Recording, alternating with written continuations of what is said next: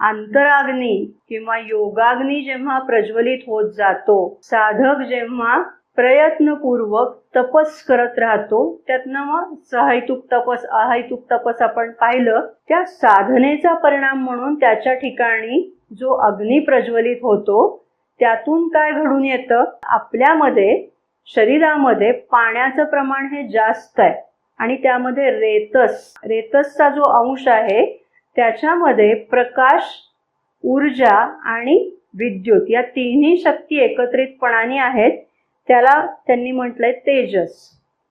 तर जेव्हा साधक तपश्चर्या करायला लागतो तेव्हा त्याच्यातलं हे रेतस आहे ते ऊर्ध्वगामी व्हायला लागतं. शरीराला त्याची जी गरज आहे त्याच्यापेक्षा अतिरिक्त प्रमाणात त्याचा साठा व्हायला लागतो आणि त्यातून एक प्रकारची ऊर्जा निर्माण व्हायला लागते.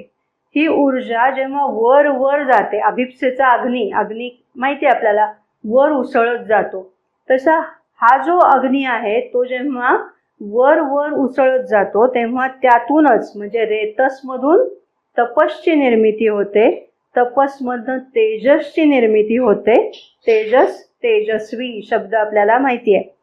त्यातून पुढे विद्युतची निर्मिती होते, त्यातून पुढे ओजसची निर्मिती होते आणि त्यातून पुढे जेव्हा ते सगळं अशा रीतीने साठत ऊर्ध्वगामी होत वरपर्यंत जातं, ते जेव्हा मेंदूपर्यंत जाऊन पोचतं तेव्हा त्यातून आध्यात्मिक शक्तीची निर्मिती होते असं श्री अरविंद म्हणतात. आता मगाशी विश्वामित्र ऋषींनी केलेली प्रार्थना जी आपण विचारात घेतली होती ती आता आठवून बघा. तू आमच्या शरीरात उपस्थित राहा. का? कारण त्यातून आध्यात्मिक सामर्थ्य निर्माण होणार आहे अशी ते अग्नीला प्रार्थना करतात.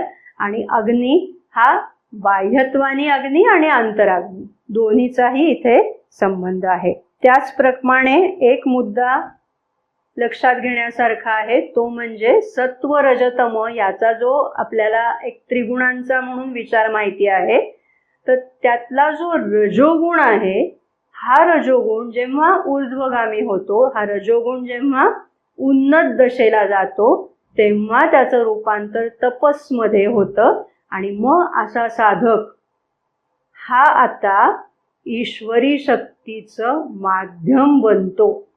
कारण ईश्वरी शक्ती सुद्धा अशा साधकाच्या अशा माध्यमाच्या शोधात असते आणि ते माध्यम तिला या साधकाच्या निमित्ताने मिळतं आणि मग ती त्याच्याकडून ईश्वरी कार्य करून घेते.